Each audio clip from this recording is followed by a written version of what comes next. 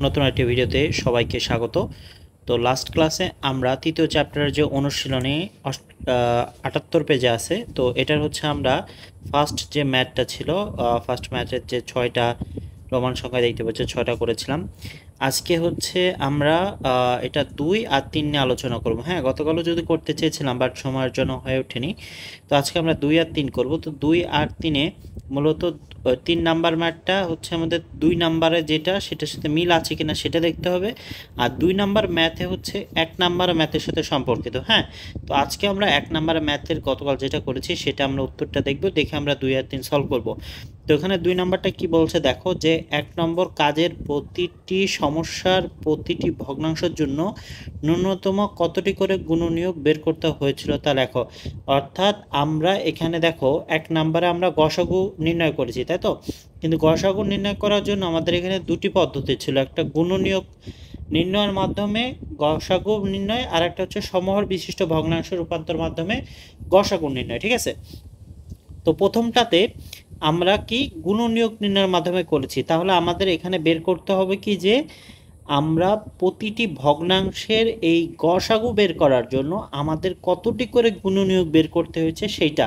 অর্থাৎ আমরা যদি 2 নাম্বারে যে আমরা গুণনীয়কটা পাইছি তাহলে 2 লিখবো, যদি 8 নাম্বারে যে গুণনীয়ক পাইছি সেটা লিখবো। আচ্ছা, এটা আমরা করতে করতে যে দেখবো কেমন। তো চলো দেখি আগে।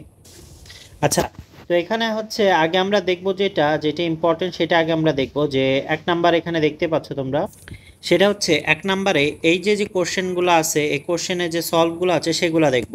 যেমন মনে করো এই যে 1 নাম্বারে এখানে আমরা এই দুটি ভগ্নাংশের মধ্যে আমরা যে গসাগু নির্ণয় করেছি, এখানে দেখো 2 নাম্বারে যে 1/10 পাইছে, আর এখানে 3 নাম্বারে যে 1/10। তার মানে আমরা এখানে উত্তর হবে কত 2, এখানে উত্তর হবে কত 3। ঠিক আছে, এখানে হবে উত্তর 2, এখানে হবে কত 3। পরেরটা দেখো, এখানে কত নাম্বারে আছে, 1/24 কততে আছে, হচ্ছে 4 নাম্বারে, তাহলে এখানে 4 লিখলাম। পরেরটা এখানে আছে কত কত নাম্বারে দেখি আমরা, 4, 6, 7, 8, 9, 10, 11, 12, 13, 14টা, 14 নাম্বারে। পরেরটা দেখো, পরেরটা হচ্ছে 3, 3, 6, 7, 8 নাম্বারে আছে। আর এটা কত নাম্বার আছে, এটা আছে হচ্ছে তোমার দেখো 4।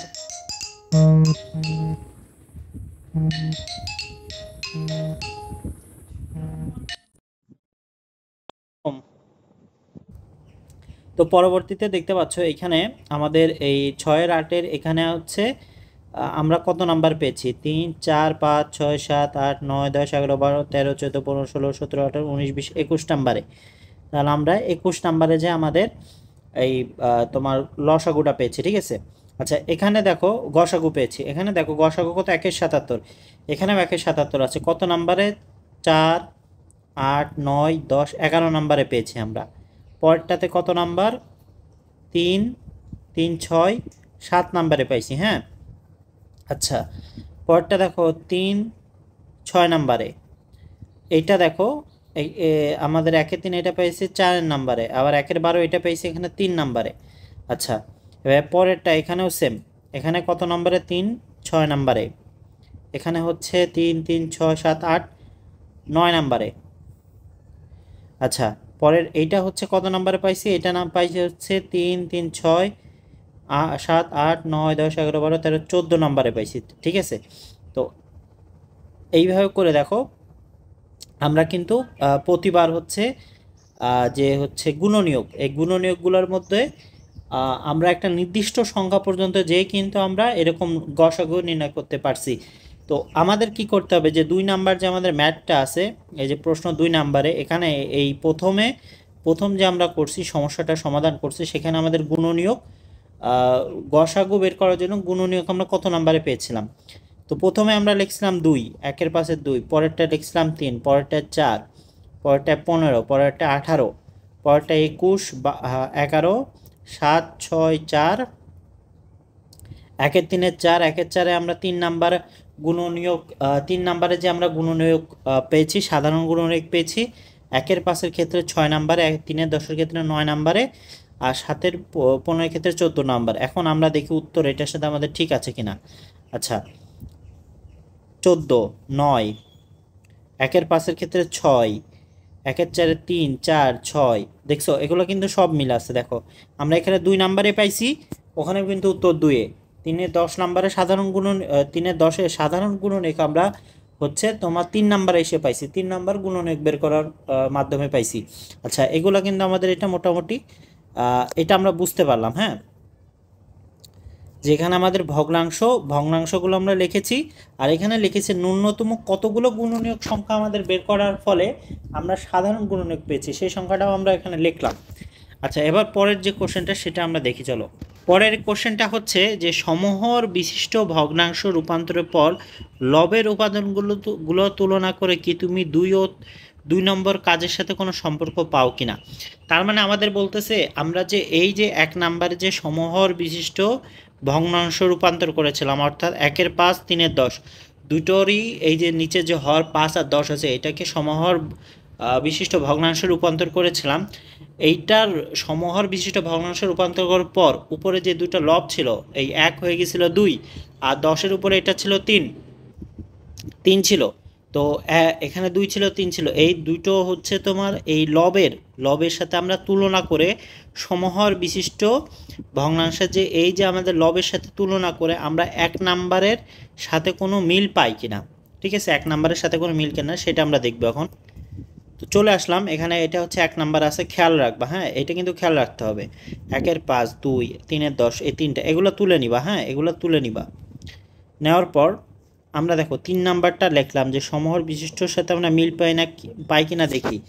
তো 1 এর 5-এর আর 1 এর 5-এর সাথে 2 এর 10 এটা কিভাবে আসলো, 3 এর 10 এটা কিভাবে আসলো, এটা 1 এর 6 4 এর 24 এটা কেমনে আসলো। এটার জন্য আগে আমাদের উপরে সমহর বিশিষ্টতে চলে যেতে হবে। দেখো 1 এর 5 3 এর 10 এই দুটোকে আমরা 2 এর 10 3 এর 10 এই দুটো সমহরে রূপান্তর করেছিলাম। এইভাবে করে দেখো 1 এর 6 5 এর 8কে 4 এর 24 15 24, 2 এর 7কে 8 এর 28 6 এর 8কে 21 এর 28, এইভাবে করে দেখো প্রতিটাতে আমরা রূপান্তর করেছি। 1 এর 71কে 1 এর 11কে 7 এর 77 করেছি। ঠিক আছে, তারপর 1 এর 2কে 6 এর 12, 1 এর 3কে 4 এর 12, 1 এর 4কে 3 এর 12 আমরা করেছিলাম, রূপান্তর করেছি। এটা বুঝতে না পারলে কত ভিডিওটা দেখে নিও। এটাও কিন্তু সেম। ঠিক আছে, সেমভাবে আমরা রূপান্তর করেছি। এখন আমাদের এগুলো আগে বসাই ফেলতে হবে। ঠিক আছে, আচ্ছা দেখো এখানে এগুলো কিন্তু আমরা বসাই ফেলেছি। ঠিক আছে, এবার বসাই ফেলার পর আমাদের যে সমহর বিশিষ্ট ভগ্নাংশের লব সেটা আমাদের এখানে লিখতে হবে। এই যে 2 লিখলাম, 3 লিখে ফেললাম, 4 লিখে ফেললাম, 15 এভাবে লিখে ফেলতে হবে। হ্যাঁ, 8 এই যে 8টা লিখে ফেললাম, 21টাও লিখে ফেললাম, 11 7 6 4, ঠিক আছে, 3 6 9 14 লিখে ফেললাম। হ্যাঁ, এবার আমাদের যে বিষয়টা লক্ষণীয় খেয়াল রাখো, দেখো আমাদের প্রথম 3টা আমরা এখানে দেখব। হ্যাঁ, দেখো 1 এর 5 3 এর 10 1 এর 6 এই প্রথম 3টার ন্যূনতম গুণনীয়ক সংখ্যা কত পাইছিলাম আমরা, 2 3 আর 4। এটা আমরা কত নম্বরে পাইছিলাম, 2 নম্বর প্রশ্নে। আমরা প্রথম 3টার আমরা ভগ্নাংশ দেখেছিলাম যে সাধারণ গুণনীয়ক আমাদের বের করতে হলে 1 এর 5-এর আমাদের 2টি করে গুণনীয়ক বের করতে হচ্ছে, সাধারণ গুণনীয়ক পাইতে হলে আমাদের 3 এর 10-এর ভগ্নাংশ 3টি করে গুণনীয়ক বের করতে হচ্ছে, আর 1 এর 6-এর ক্ষেত্রে আমাদের 4টি করে বের করতে হচ্ছে। তাহলে 2 3 4। এবার 2 3 4 মনে রাখো কিন্তু। হ্যাঁ, এবার দেখো আমাদের এই যে সমহর বিশিষ্টর যে ভগ্নাংশ আমরা রূপান্তর করলাম সেটার যে লব পাইলাম 2 3 4, 2 3 4 লিখলাম।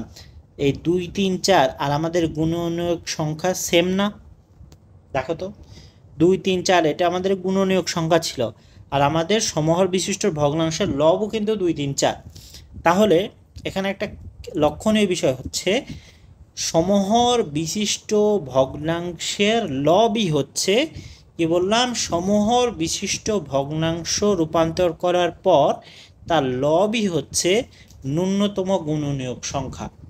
বুঝতে পারছো? আচ্ছা আমি আরও একবার রিপিট করছি, সমহর বিশিষ্ট ভগ্নাংশ রূপান্তর করার পর একটি ভগ্নাংশকে সমহর বিশিষ্টতে রূপান্তর করার পর তার যে লবটা থাকে এই লবটাই হচ্ছে ন্যূনতম গুণনীয়ক সংখ্যা। দেখছো এটা 2 হচ্ছে, আবার আমরা উপরে দেখলাম যে ন্যূনতম গুণনীয়ক সংখ্যাও 2। তার মানে এখানে যতগুলা লব আছে এই লবটা হচ্ছে কি ন্যূনতম গুণনীয়ক সংখ্যা। আবার প্রতিটায় দেখো 8 8 21 21, তারপর হচ্ছে 11 11, 7 7, ঠিক আছে, 6 6 6, এবার প্রতিটাতেই দেখতে পাচ্ছ তোমরা 4 4 3 3 6 6 9 9, ঠিক আছে, 14 14 14। আচ্ছা এই পর্যন্ত আমরা বুঝতে পারছি। এবার মোটামুটি আমরা 1 থেকে 3 পর্যন্ত আমাদের ক্লিয়ার, তাই না? এবার আমরা আগামীকাল থেকে আগামীকাল আবার ইনশাল্লাহ লসাগুর নির্ণয় করা শিখব দুইটি পদ্ধতিতে। কি কি? গুণিতক নির্ণয়ের মাধ্যমে, আরটা হচ্ছে সমহর বিশিষ্ট ভগ্নাংশ রূপান্তরের মাধ্যমে। মানে উপরে গসাগু যেটা শিখলাম যে গুণনীয়ক নির্ণয়ের মাধ্যমে, সমহর বিশিষ্ট ভগ্নাংশ রূপান্তরের মাধ্যমে, এবারও লসাগুতেই একই পদ্ধতি, গুণিতক নির্ণয়ের মাধ্যম, এবার হচ্ছে সমহর বিশিষ্ট নির্ণয়ের মাধ্যম, ঠিক আছে। এটার ম্যাথ আছে 6টা, 6টা, এই 6টা আমরা করবো ইনশাল্লাহ। তারপরে এই 5 করব, 6 করব, এবং লাস্টে যে ম্যাথ দুটো আছে 7 8, সেটাও আমরা দশমিক করব। তাহলে আগামী ক্লাসে আমরা আগামী ক্লাসে আমরা 4 5 6, তারপর আরেকটা ক্লাসে আমরা দশমিক নিয়ে আলোচনা করবো ইনশাল্লাহ, ঠিক আছে। দশমিকের লসাগু আর গসাগু। আনটিল দেন সবাই ভালো থেকো। আসসালামু আলাইকুম রহমতুল্লাহ।